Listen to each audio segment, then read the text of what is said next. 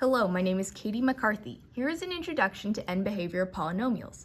Essentially, this is a step in graphing a polynomial. We are trying to figure out which direction the graph would point as the value of x increases and decreases. In order to find end behavior, we have to look at the term with the highest power. If the degree of this term is even, then both ends of the graph will point in the same direction. For example, a parabola. As you can see, the highest power is 2, which is even. If the coefficient of the term is greater than 0, then both ends of the graph will point up. If the coefficient is less than 0, then both ends will point down. If the degree of the first term is odd, then the ends of the graph will point in opposite directions.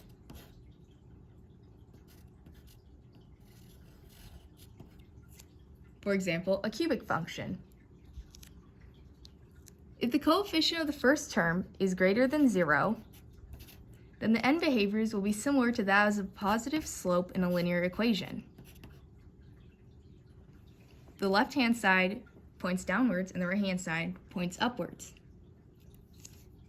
If the coefficient is less than 0, then the ends will be opposite.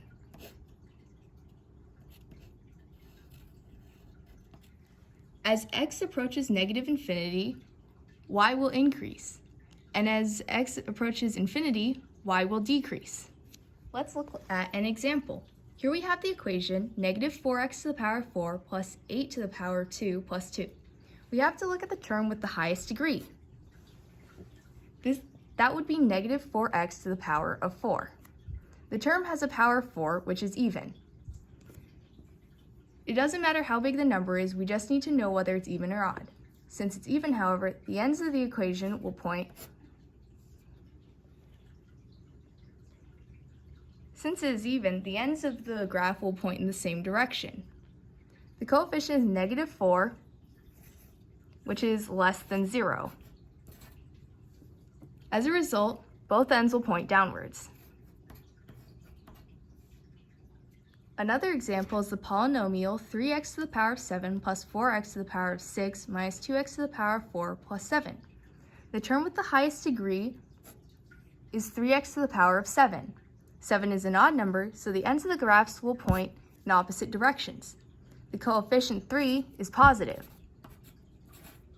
So as x approaches negative infinity, y will decrease.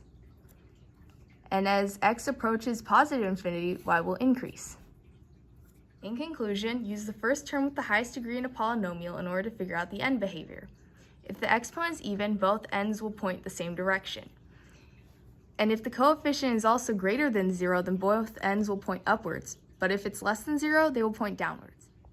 If the exponent is odd, the ends will point in opposite directions. And if the coefficient is also greater than 0, then the left-hand side will point down and the right-hand side will point upwards. If the coefficient is less than 0, then the left-hand side will point upwards and the right-hand side will point downwards.